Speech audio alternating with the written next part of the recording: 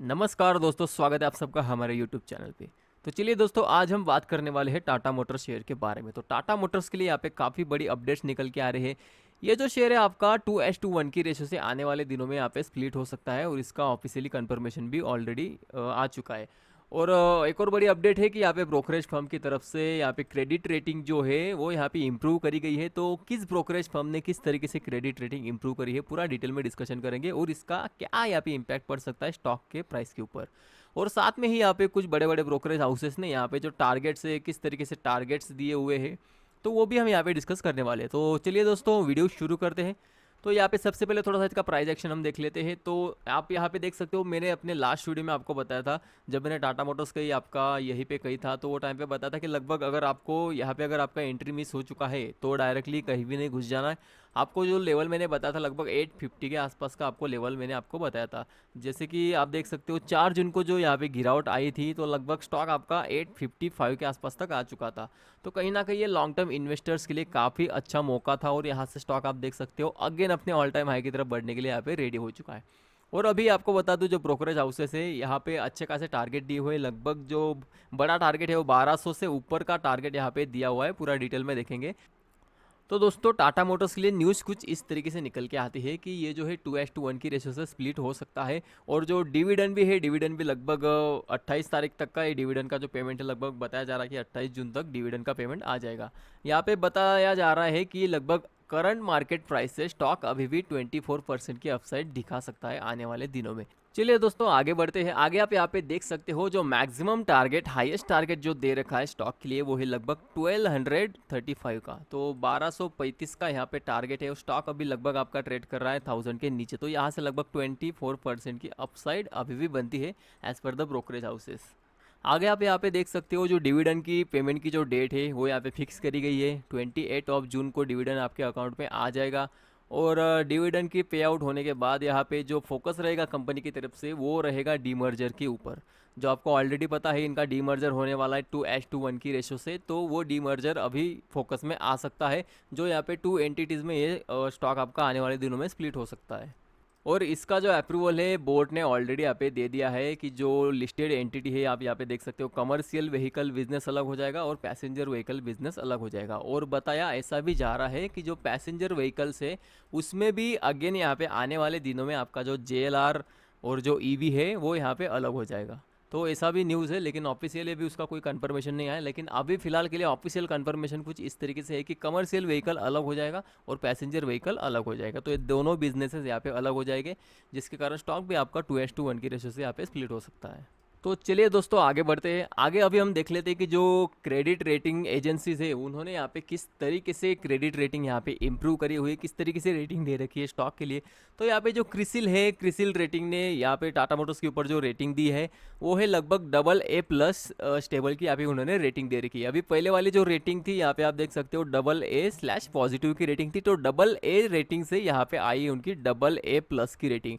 तो स्टॉक के लिए पॉजिटिव माना जाएगा कि उनकी जो क्रेडिट रेटिंग है बढ़ाई गई है। अभी क्रेडिट रेटिंग का मतलब क्या होता है, इसका मतलब साफ ये होता है कि कंपनी की कर्जा चुकाने की जो क्षमता रहती है उसको बोलते हैं क्रेडिट रेटिंग। अगर क्रेडिट रेटिंग अगर A+ या फिर AA या फिर AAA+ हो तो ये अच्छी मानी जाती है कि यहाँ पे इन्वेस्टर का पैसा जो है यहाँ पे सेफ रहता है। मतलब कंपनी के पास इतना ताकत है कि वो कंपनी अपना कर्जा चुका सकती है। तो क्रेडिट रेटिंग जो यहाँ पे इंप्रूव करी गई है, इसका मतलब यही है कि इन्वेस्टर यहाँ पे और ज़्यादा सेफ हो चुके हैं, तो जिसके कारण यहाँ पे और इनफ्लो आ सकता है। आगे आप देख सकते हो ICRA रेटिंग्स ने यहाँ पे किस तरीके से रेटिंग दे रखी है। तो इन्होंने भी लगभग पहले की जो रेटिंग थी यहाँ पे इनकी भी AA रेटिंग थी, AA स्टेबल की। तो उन्होंने यहाँ पे अभी इंप्रूव करके दिया है AA+ की रेटिंग। तो दोनों ब्रोकरेज हाउसेस ने यहाँ पे AA+ रेटिंग दे रखी है, दोनों क्रेडिट रेटिंग एजेंसीज ने। चलिए दोस्तों, अभी देख लेते हैं S&P ग्लोबल ने किस तरीके से यहाँ पे रेटिंग दे रखी है टाटा मोटर्स के लिए। तो टाटा मोटर्स के लिए S&P ग्लोबल की जो पहली रेटिंग थी वो थी BB+ और अभी भी जो है वो BB+ ही है। बस यहाँ पे डिफरेंस क्या है, पहले जो थी वॉच पॉजिटिव थी, तो वॉच पॉजिटिव से अभी यहाँ पे क्या है, पॉजिटिव हो चुका है। मतलब ये एक स्टेप यहाँ पे ऊपर आ चुके हैं। पहले वॉच पॉजिटिव थी, वहाँ से पॉजिटिव हो चुकी है। तो कहीं ना कहीं कंपनी के लिए ये भी अच्छा ही माना जाता। लेकिन यहाँ पे एक और है कि जो इनका जो JLR सेगमेंट है, JLR सेगमेंट के लिए यहाँ पे थोड़ा सा क्रेडिट रेटिंग इन्होंने घटाया है। आप यहाँ पे देख सकते हो जो वॉच पॉजिटिव, सॉरी, जो पहले BB पॉजिटिव था वो अभी हो चुका है बीबी वॉश पॉजिटिव। मतलब यहाँ पे इन्होंने थोड़ी सी क्रेडिट रेटिंग इनकी घटाई हुई है, बाकी कुछ ज़्यादा डिफरेंस यहाँ पे नहीं है।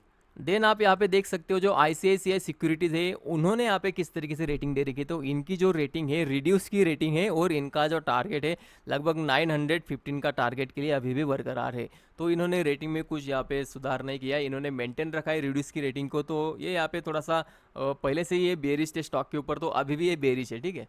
तो चलिए दोस्तों आगे बढ़ते हैं। आगे हम देख लेंगे कि जो ब्रोकरेज हाउसेस है यहाँ पे उन्होंने किस तरीके से रिपोर्ट दे रखी है। तो सबसे पहले हम यहाँ पे देख लेते हैं शेर खान की रिपोर्ट। तो शेर खान ने अपनी रिपोर्ट में बताया है कि जो ईवी बैटरी सेल प्लांट है टाटा मोटर्स का, तो ये यहाँ पे गेम चेंजर साबित हो सकता है। इसकी वजह से क्या होगा कि इनको ना थर्ड पार्टी के ऊपर डिपेंड नहीं रहना पड़ेगा, जिससे क्या होगा इनका जो प्रोडक्ट का जो स्पीड है यहाँ पे, प्रोडक्शन का स्पीड भी यहाँ पे बढ़ जाएगा। और तो और कंपनी जो है थोड़ा सा ये जो हाइड्रोजन फ्यूल सेल टेक्नोलॉजी है यहाँ पे भी अपना जो पोजीशन है, यहाँ पे जो ग्रोथ है यहाँ पे सिक्योर करने का ट्राई कर रहा है। तो यहाँ पे भी अच्छा खासा ये अपनी ग्रोथ कर सकते हैं आने वाले दिनों में। तो हाइड्रोजन स्पेस में भी ये अपने एफर्ट्स के जारी है इनकी जो ग्रोथ है वो सिक्योर करने के लिए। तो कहीं ना कहीं कंपनी का जो एक्सपांशन है अच्छा खासा आगे आने वाले दिनों में हो सकता है हाइड्रोजन की स्पेस में भी। तो इसके चलते इन्होंने जो टारगेट दे रखा है इनका लगभग 1235 का, मतलब 1235 का टारगेट्स इन्होंने दे रखा है। और इनकी जो रेटिंग है यहाँ पे कोई भी चेंजेस उन्होंने नहीं करा है। तो चलिए दोस्तों आगे बढ़ते हैं। आगे हम देख लेते हैं कि ये प्रभुदास लीलाधर जो ब्रोकरेज हाउसेस है उन्होंने टाटा मोटर्स के ऊपर किस तरीके से रिपोर्ट जारी करी है।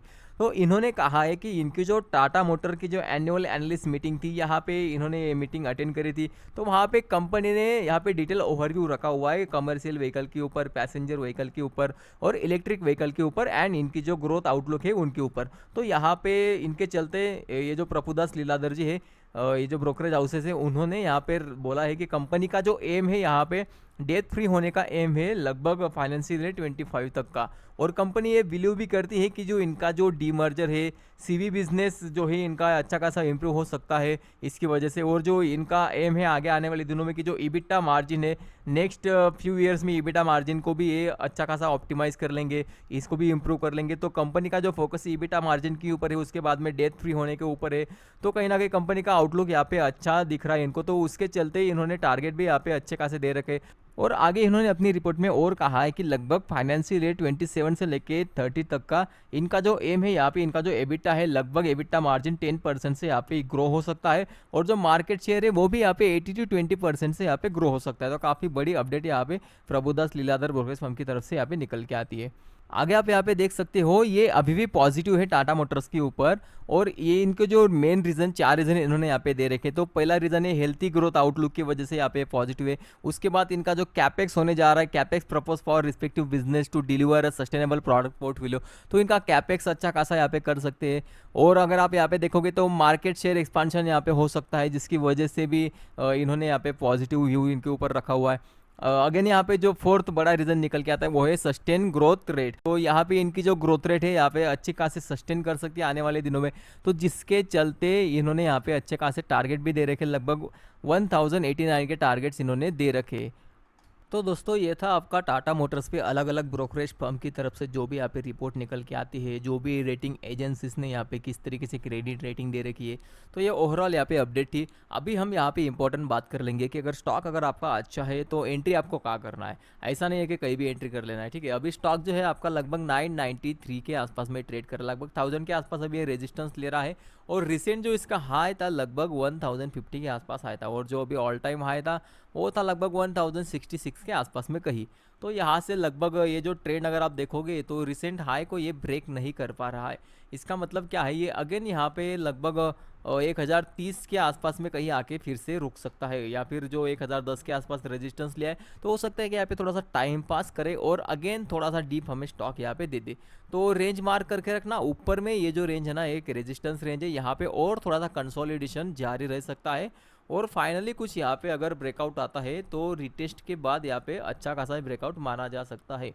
और जो अच्छी खासी सपोर्ट जोन है जहाँ पे एक्यूमुलेशन जोन निकल के आता है इंस्टीट्यूशन लेवल का, तो वो है आपका लगभग 900 से लेके यहाँ पे 920 के पास का जो जोन है ना, यहाँ पे इंस्टीट्यूशनल बाइंग हो रही है। यहाँ पे जब भी स्टॉक आता है यहाँ पे लोग एक्यूमुलेट कर रहे हैं लगातार। यहाँ पे आप देख सकते हो 2-3 बार स्टॉक आपका इसी रेंज में आया हुआ था और यहाँ पे तो अच्छी खासी अपॉर्चुनिटीज़ आई थी लॉन्ग टर्म इन्वेस्टर्स के लिए। तो 850 याद रखना, 850 काफ़ी स्ट्रॉन्ग सपोर्ट इस स्टॉक का निकल के आता है और 900 से लेकर 920 ये यहाँ पे एक्यूमुलेशन जोन इसका बन जाता है। तो कहीं ना कहीं अगर आपको यहाँ पे इन्वेस्टेड रहना है या फिर अगर आप ये रैली मिस कर चुके और बाय करने का सोच रहे हो तो थोड़ा सा अपना यहाँ पे एनालिसिस कर लेना, कहीं भी मत घुस जाना। यहाँ पे रेजिस्टेंस है, ठीक है। अगेन मैं आपको डिस्क्लेमर दे दूँ कि ये किसी भी तरीके का बाय या सेल रिकमेंडेशन बिल्कुल भी नहीं है, ये सिर्फ और सिर्फ एजुकेशनल पर्पज़ के लिए बनाई गई वीडियो है।